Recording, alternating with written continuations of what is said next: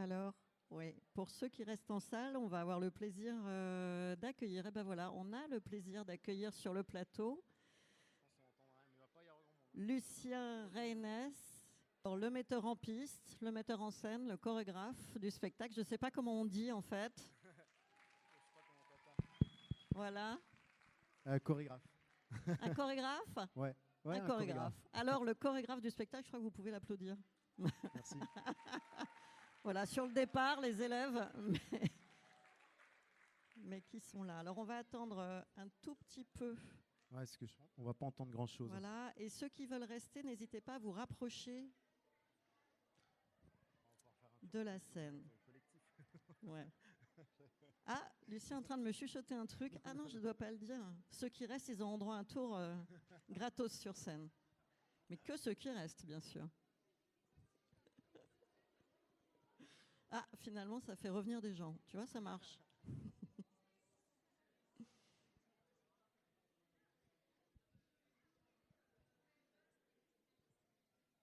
reste debout ou tu veux t'asseoir? Non, on va s'asseoir. Ouais, ça va être mieux. Hein. Ouais.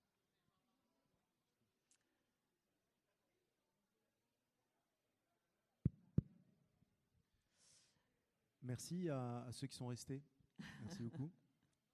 Venez, venez, venez. Merci. Merci. Alors, on va commencer en attendant que les interprètes reviennent sur scène. Ça va leur prendre un petit quart d'heure parce que ils se sont bien donnés. On va revenir sur ton parcours. Allez, je te tutoie. Donc, tu as fait le CNAC d'abord, le Centre national des arts du cirque, de 2000 à 2005. Ensuite, tu as eu des aventures d'interprète avec des metteurs en scène, des chorégraphes, dans différentes compagnies. Oui, dans différentes compagnies, différents contextes, des fois des performances. Enfin, voilà, plein de. J'étais assez curieux. Je suis allé chercher un peu partout.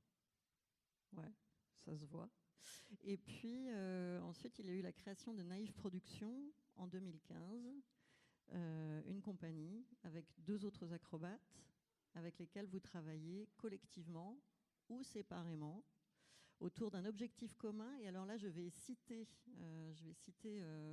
une phrase qui est inscrite sur le site de la compagnie.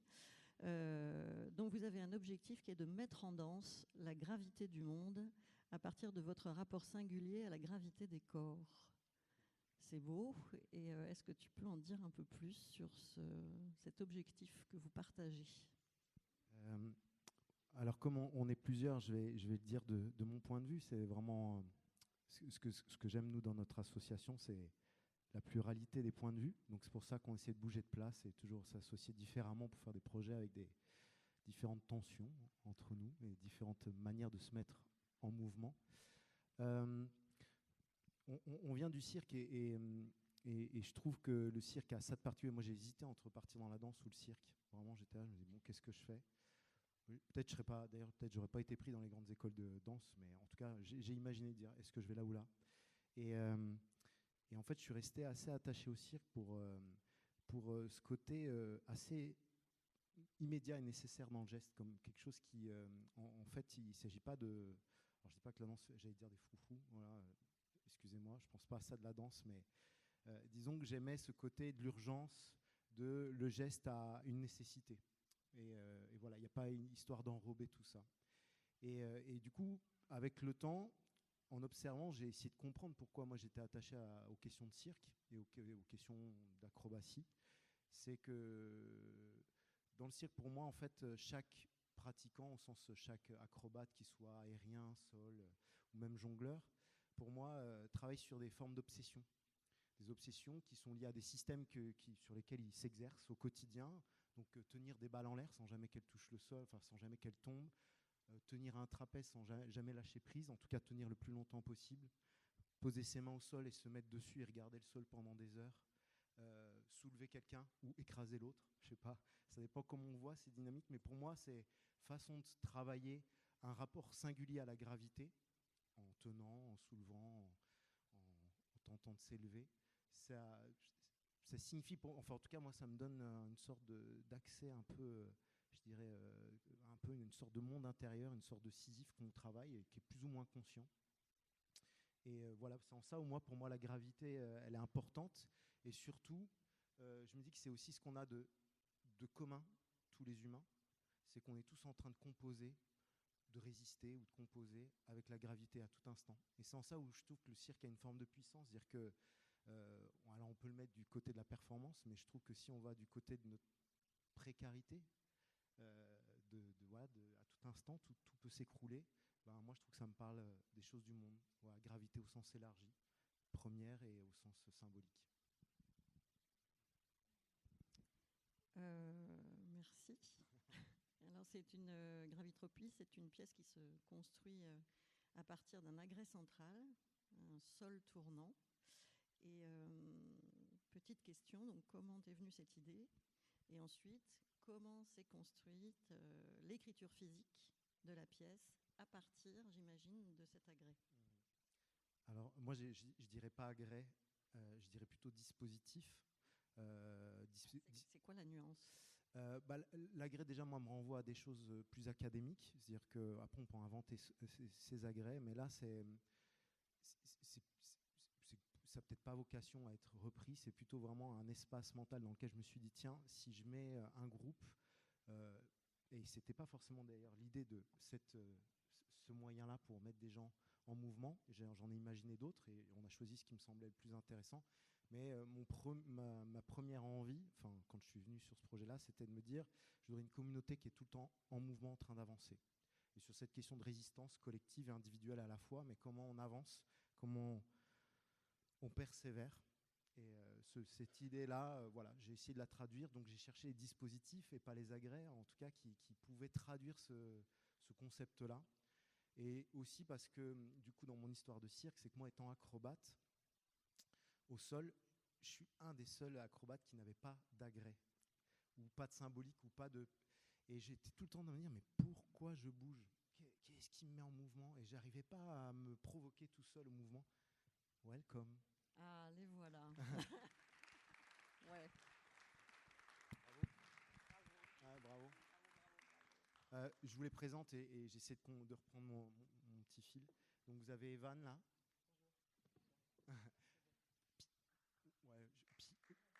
Comme vous voulez.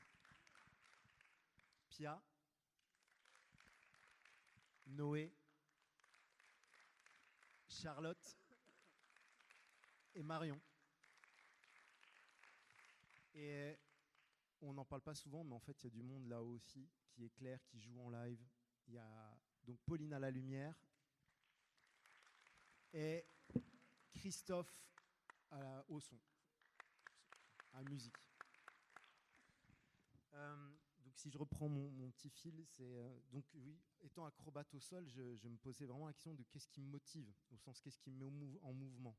Et à part peut-être le culte de la performance, de dire je vais faire mieux, peut-être les jeux de vertige, il y a quand même un rapport au vertige, il y a un plaisir à ça, mais d'un point de vue narratif, je me disais mais qu'est-ce qui produit une sorte de nécessité à bouger? Et du coup, vraiment, quand je me mettais, en fait, je vais pas bouger quoi. Et j'ai commencé à imaginer des dispositifs qui, en fait, altéreraient ma gravité ou ma verticalité. Donc, j'ai commencé à imaginer, par exemple, plateau ballant. J'ai travaillé un objet que j'ai appelé le plateau ballant, qui est comme un trapèze ou qui est comme une balançoire, mais en beaucoup plus grand, comme une sorte de petit sol, et qui montait très haut. Et je changeais tout le temps d'axe, et je tombais, je chutais, je dansais avec d'une certaine manière. Mais c'est comme si le mouvement, je voulais qu'il soit impulsé par. C'est-à-dire que je ne voulais pas agir, mais je voulais être agi. Donc ça, c'est vraiment dans mon empreinte d'acrobate, c'était quelque chose de fort. Et quand j'ai invité tous ces beaux danseurs et acrobates à venir ici, ici au sens dans ce dispositif, c'était cette question-là première. Je disais, moi, en fait, je ne veux pas voir vous en train d'agir, mais vous comme étant agi par le monde, agi par des effets de pression, d'injonction, de force, et comment d'un coup le corps, la présence, elle apparaît au milieu de tous ces flux de contraintes, quoi. Pour moi, c'est vraiment un rapport à la contrainte. Voilà, c'est mon rapport à la vie d'une certaine manière, et c'est là où je me dis peut-être c'est mon obsession de cirque.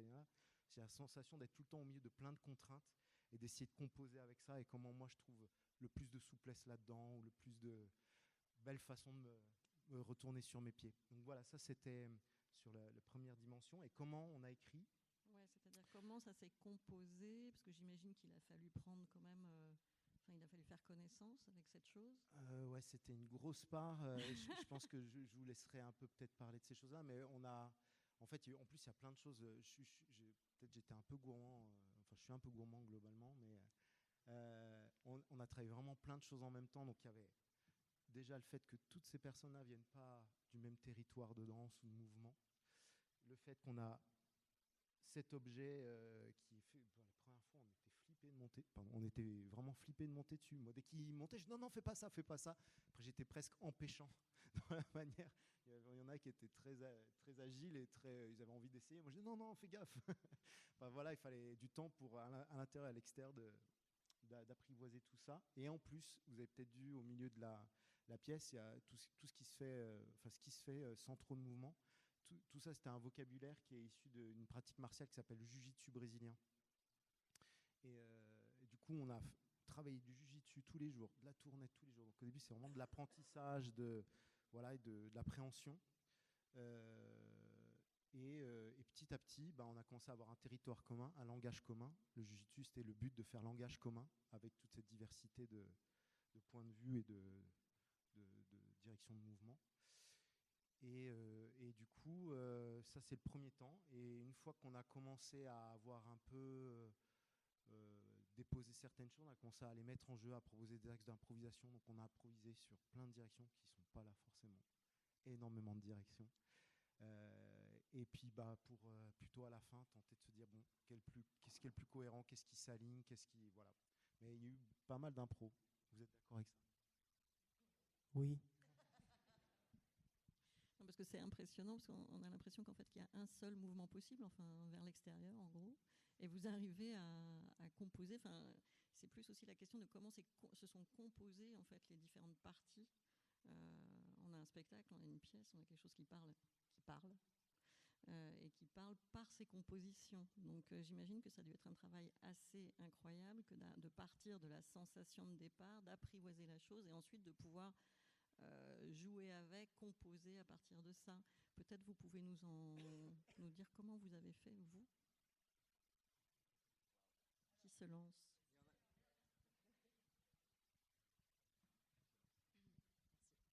Bonsoir. Du coup, là, ouais, c'est clair que la partie de...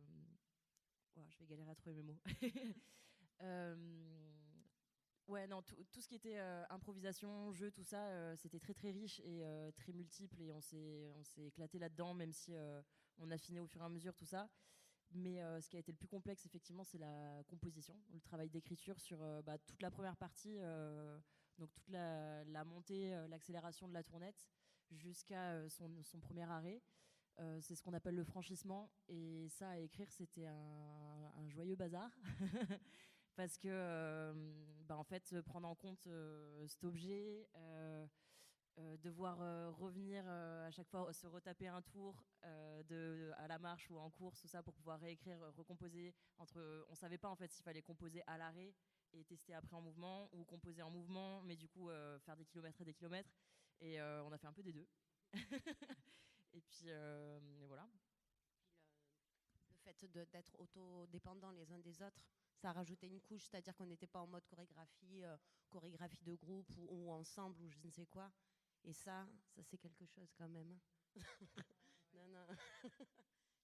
Et c'est très intéressant et très excitant aussi. Mais ça se rejoue à chaque jeu aussi. Et c'est ce qui est assez grisant aussi. C'est-à-dire que même si on a notre parcours, notre trame, il y a des imprévus, il y a comment on est interdépendant. Mais c'est un sacré boulot. Merci Bubu.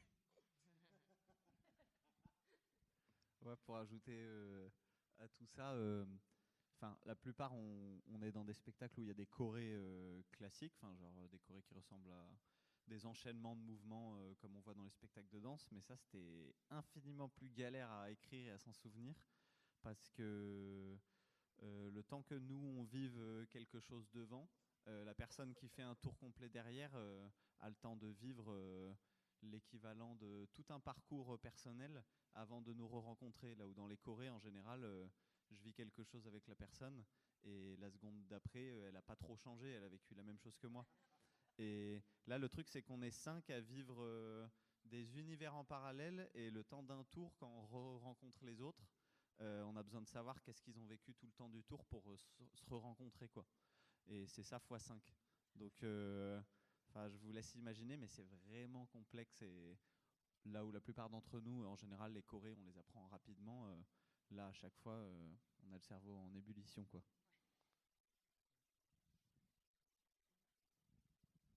Rien de plus? Un petit votre sensation à vous? Non, alors je vais poser encore une petite question, et puis après ça sera à vous. Alors à Malakoff Scène Nationale, on parle d'art du mouvement pour évoquer ce qui regroupait, enfin pour évoquer à la fois le cirque et la danse. Alors ça peut être polémique parce qu'il y a des compagnies qui nous disent ah non non non non nous c'est du cirque, ou alors ah non non non non nous c'est de la danse. Alors nous voilà, moi je trouve qu'on navigue assez bien là-dedans. Enfin généralement les compagnies invitées ont des choses en commun. Et je crois qu'ici d'ailleurs ça semble plutôt adapté au vu de vos parcours à tous, enfin ton parcours Lucien. Cela dit, parmi vous, certains viennent du cirque, certains viennent de la danse, je crois. Enfin, il y a les deux parcours. Alors d'abord une question pour Lucien, c'est est-ce que du coup qu'est-ce que c'est de travailler avec des danseurs et avec des circassiens? Est-ce que c'est très différent dans ce travail ou dans d'autres? Et puis ensuite une question pour vous, c'est est-ce que vous avez un ressenti différent? Enfin, comment vous communiquez entre vous en venant du cirque et de la danse?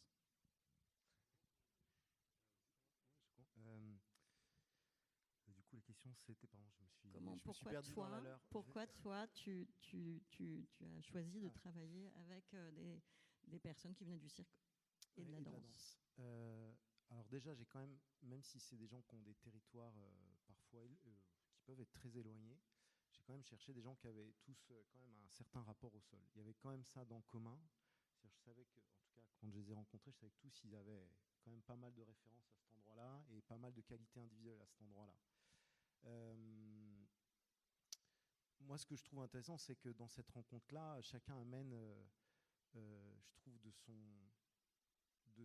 son univers à lui et surtout de ses techniques, amène des nouvelles portes pour les autres. Du coup, dans la composition, quand des gars comme Noé et Evan, qui viennent du break, ils ont des rapports d'appui et de renversement que ni les circassiens ni les danseurs contemporains ont. Et en même temps, du côté, si je prends du côté circassien, je connais, on a des bases d'appui ou de portée qui offrent d'autres façons de porter les gens et de fabriquer ensemble. Donc je me dis, quand on arrive à faire cette rencontre-là, en fait, il y a une richesse qui peut... C'est sûr qu'on ne peut pas aller au niveau, un danseur circassien n'ira jamais au niveau du break des hip-hoppers et vice-versa. Mais je trouve que si on cherche un territoire commun, en fait, il y a de l'enrichissement partout. Et moi, il y avait cette petite... et ça, je vous laisserai dire, mais il y avait ce petit objectif de travailler sur le jiu-jitsu brésilien c'était comme une langue étrangère qu'on a tous appris en commun. Elle me semblait assez acrobatique, elle me semblait assez aussi proche de la danse par moment. Il y a une forme de théâtralité aussi, moi, qui me plaît. Le jiu-jitsu brésilien, c'est un art martial, en gros. C'est l'art de faire du nœud dans l'autre pour tenter de le soumettre d'une certaine manière. C'est aussi l'art de renverser. Ce qui est marrant, c'est qu'en Brésil, ça s'appelle arte suave, l'art doux, l'art suave, alors que c'est très létal comme art martial. Mais ce que je trouvais intéressant, moi, c'était d'avoir une langue de potentialité, de conflit et de désir en même temps. Moi, il y avait ça, et du coup, de se dire, cette matière-là, elle raconte déjà ça, je les laisse exprimer à travers ça. Et donc, on a tous appris ça en commun. Nous aussi, je continue à bosser avec ça, d'ailleurs. Voilà, c'était une manière aussi de faire un endroit où on peut s'aligner les uns et les autres. T'as répondu Non, il n'a pas répondu. Après, je pense qu'il y a plusieurs rapports. Il y a notre rapport entre nous dans l'équipe, où comme tu l'as dit, du coup, on vient d'horizons différents. Mais ce qui a aidé quand même, c'est qu'on on a abordé un langage qu'on ne connaissait pas a priori. Où moi, j'en avais fait un petit peu. J'en avais fait un petit peu du jiu-jitsu, mais ça a aidé en fait, le fait qu'on aille dans un terrain inconnu pour tout le monde. Il y a eu ce rapport-là où du coup on s'est un peu soutenus et on était ensemble dans le fait d'être débutants Il y a ce rapport-là entre nous. Il y a le rapport avec Lucien, parce que moi, en tant que danseur, c'est la première fois que je faisais une pièce avec un chorégraphe circassien. Ça va comme dénomination. Et on a eu, enfin, je sais qu'au début, j'ai eu pas mal de mal à ne pas danser, à ne pas fabriquer, parce que du coup, c'est un peu le rapport inverse à la danse. Ça veut dire que la danse, on part d'un ressenti personnel et ensuite on le projette par le corps, alors que là, c'était vraiment, il fallait qu'on se fasse animer par l'extérieur plus que par le ressenti personnel. Et c'était pas évident. Et je sais que dans les phases de création, ça a posé problème. Enfin, en tout cas, c'était pas super évident tout de suite la façon d'aborder la création, euh, à la fois dans le rapport avec la tournette et à la fois dans le jiu-jitsu. Même si j'ai l'impression que la création dans les phases de jiu-jitsu, comme c'était du mouvement à proprement parler, fabriqué, du coup c'était plus simple, alors que vraiment tout ce qui est le franchissement, c'est quand il y a quelqu'un qui spot devant au début du spectacle et que tout le monde fait le tour comme ça c'était bien complexe. Et après il y a le rapport à la tournette où pour le coup je pense que personne ici en avait déjà fait, et c'était encore un autre layer de combat mais aujourd'hui on est content, aujourd'hui on est content, on a un bon rapport à la tournette. Même si on est allé manger aujourd'hui et on est monté dessus et on s'est dit ça fait longtemps que ça fait longtemps qu'on n'a pas apprivoisé et on a eu un peu de mal cet après-midi. Mais j'espère que ça s'est pas vu. Voilà. Mais c'est ça un peu le ressenti. Il y a eu plein d'axes différents et tout ça mélangé. Et on a énormément épuré, j'ai l'impression. Parce qu'on a beaucoup quand même créé de mouvements, de concepts. Parce qu'en fait, avec ça, au final, ça tourne, mais avec nos corps, avec nos disciplines différentes, on peut faire 15 spectacles, 150 spectacles, en fait, juste avec cette équipe-là et avec cette tournette-là, avec ce chorégraphe-là. Du coup, c'était aussi un vrai travail de création. On a fait énormément de choses et on a épuré, enlevé pour essayer d'en obtenir le principal. Voilà. Merci. Alors, je retiens cette définition, cette nuance entre monsieur, c'est pas par là qu'on sort. Cette nuance entre le cirque et la danse, le mouvement de l'intérieur vers l'extérieur et l'inverse. Alors ça, je trouve ça ultra intéressant. C'est la première fois que je l'entends. Et c'est à méditer, je pense. Alors, est-ce que dans la salle, il y a des questions ? Il y en a une. Merci beaucoup pour le spectacle, c'était incroyable. Et moi, je me demandais, parce que justement, à chaque fois, il y a toujours un sujet. Enfin, vous êtes un groupe, mais il y a toujours un protagoniste principal dans chaque tableau. Et je me demandais si c'était que en rapport à la tournette, ou si c'était vraiment une volonté d'avoir une sorte de protagoniste qui changeait tout le temps, et que les autres, je sais pas, j'avais la sensation quasiment à chaque moment du spectacle, il y a quelqu'un qui ressort du groupe, et en même temps, ça fait en permanence groupe. Enfin, il y a toujours un lien avec ce personnage qui est en décalage avec le reste, et du coup, avec cette attrait-répulsion qui est un peu tout le temps, effectivement. Et je trouvais ça super de voir ça dans un spectacle comme ça, le lien entre l'unité et le groupe, et comment ça s'opère, tout ce qui s'y passe, etc.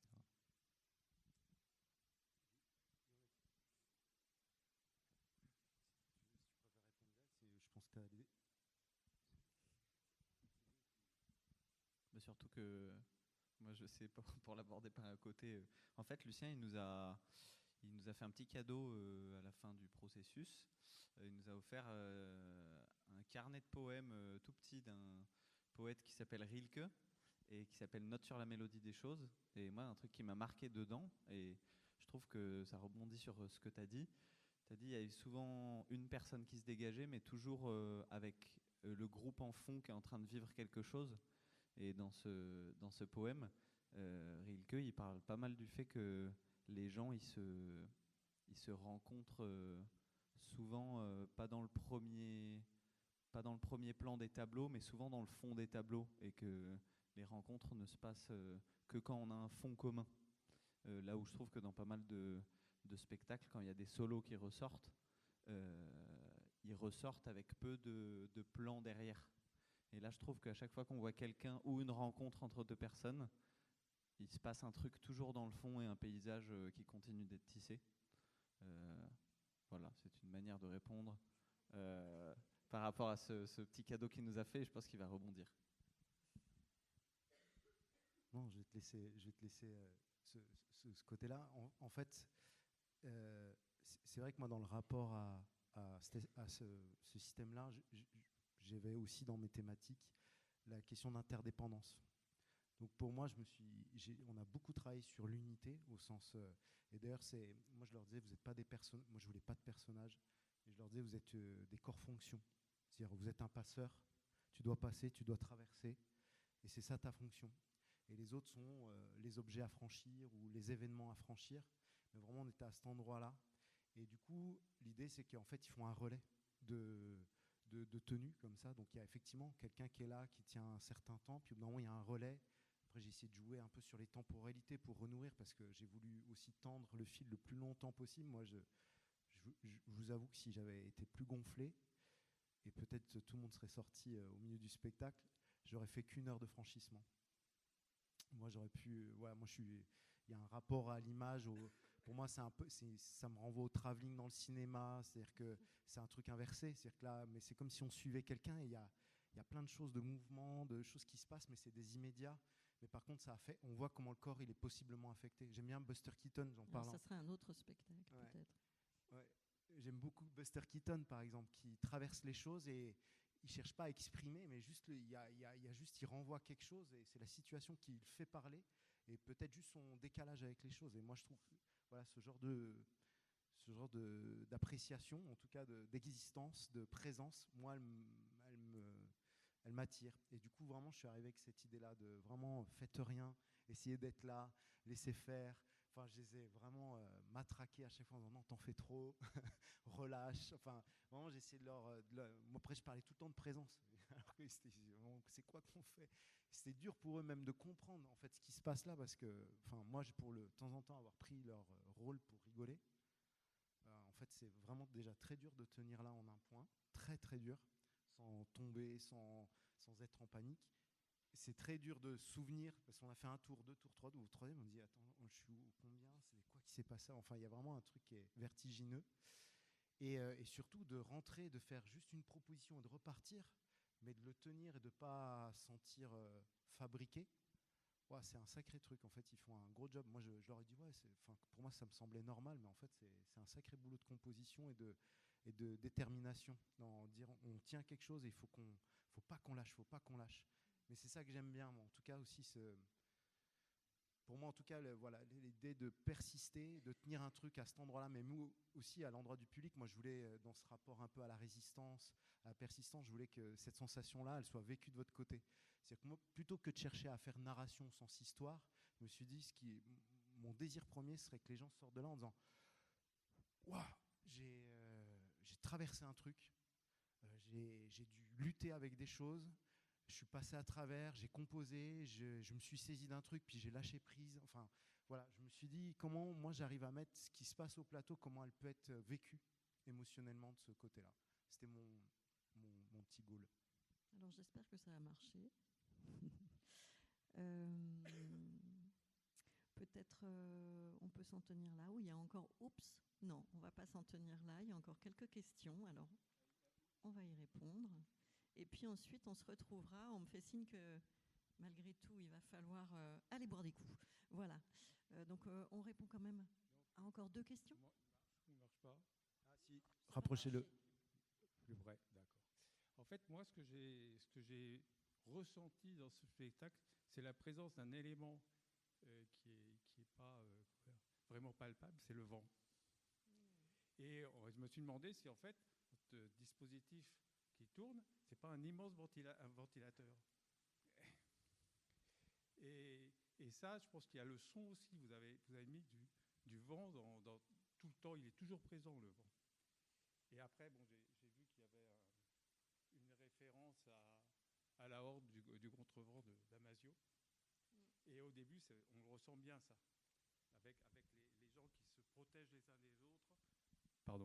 protègent les uns des autres, euh, contre la gravité, mais aussi peut-être le vent.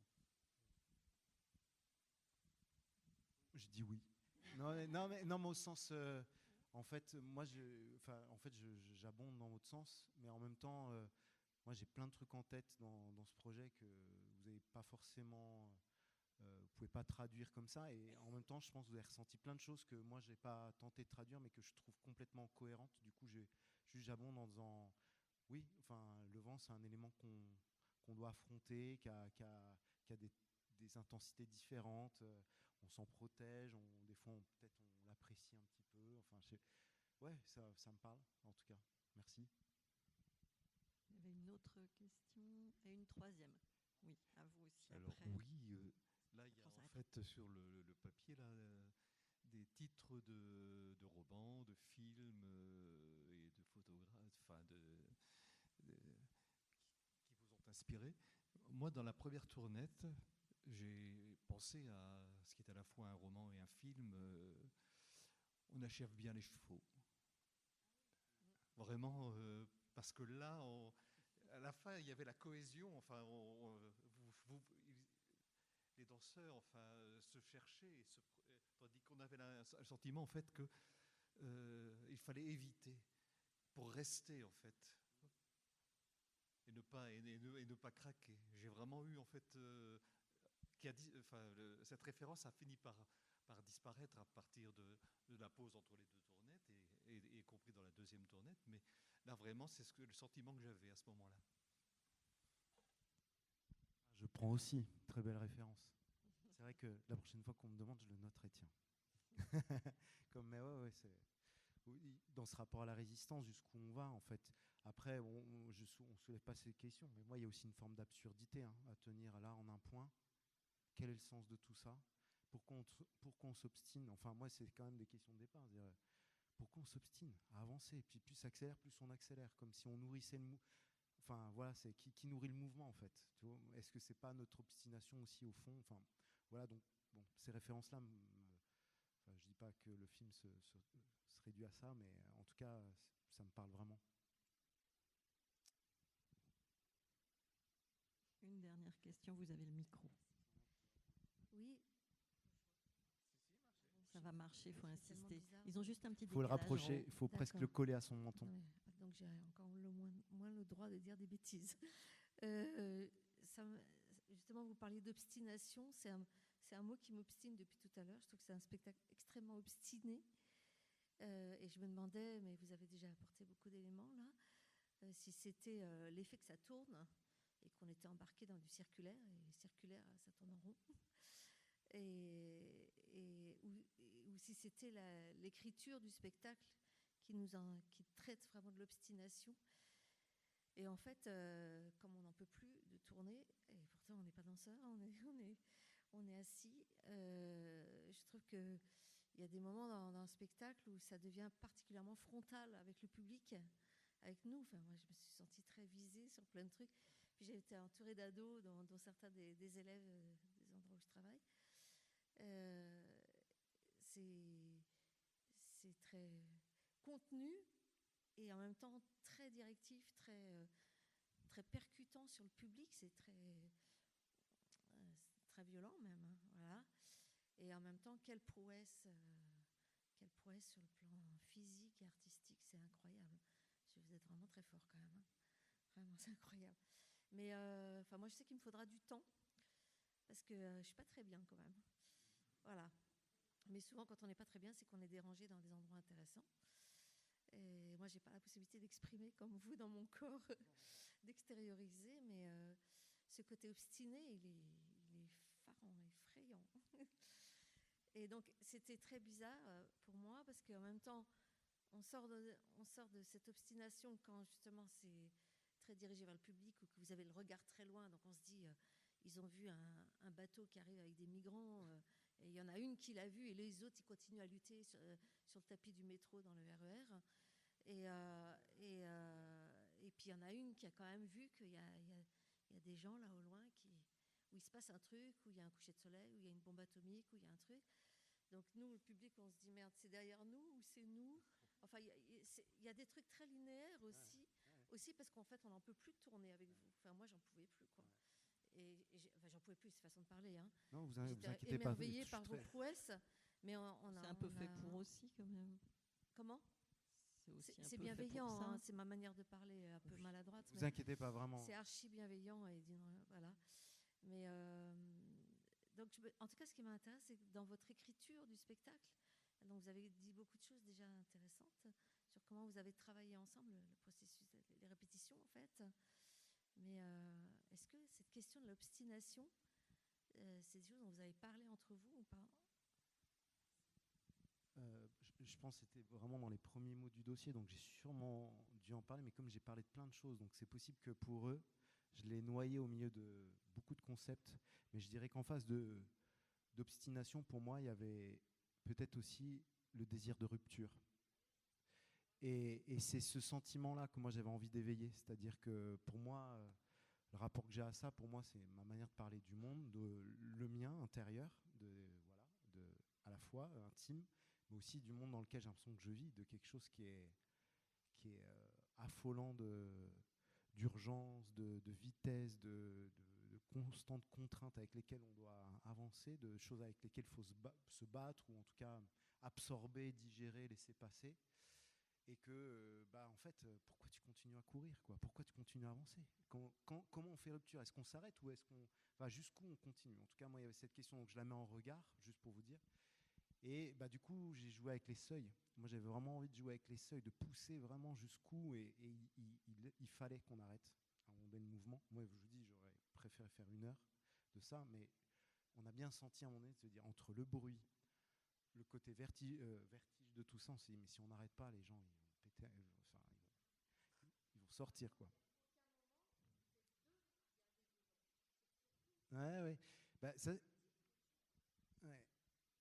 Oui, parce qu'après, il y avait cette idée un peu de rôle, tout ça, de choses. Mais alors, du coup, j'en parle pas souvent, parce que je pense que c'est pas le truc le plus lisible. Mais moi, il y a quelque chose là-dedans, c'est que dans les contraintes qui sont liées à tout cet espace-là, c'est qu'en fait, vous en êtes une. Vous en êtes une de contrainte pour moi. C'est-à-dire qu'en fait, ils viennent s'évertuer à faire ça parce que vous êtes là. Si vous n'étiez pas là, ils ne se mettraient pas dans cette épreuve physique. Et pour moi, ce rapport un peu de défiance, de regard, il y a une soumission. De la même manière qu'il y a une soumission à ce mouvement-là, il y a une soumission au regard du public. Voilà, j'en parle pas souvent parce que ça, je pense que ça peut être très border.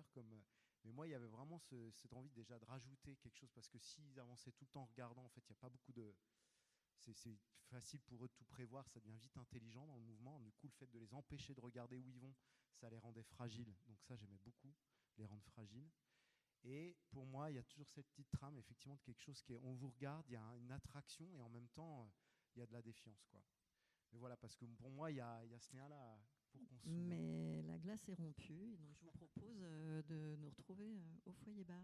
Merci beaucoup. On peut aller boire un coup ensemble pour...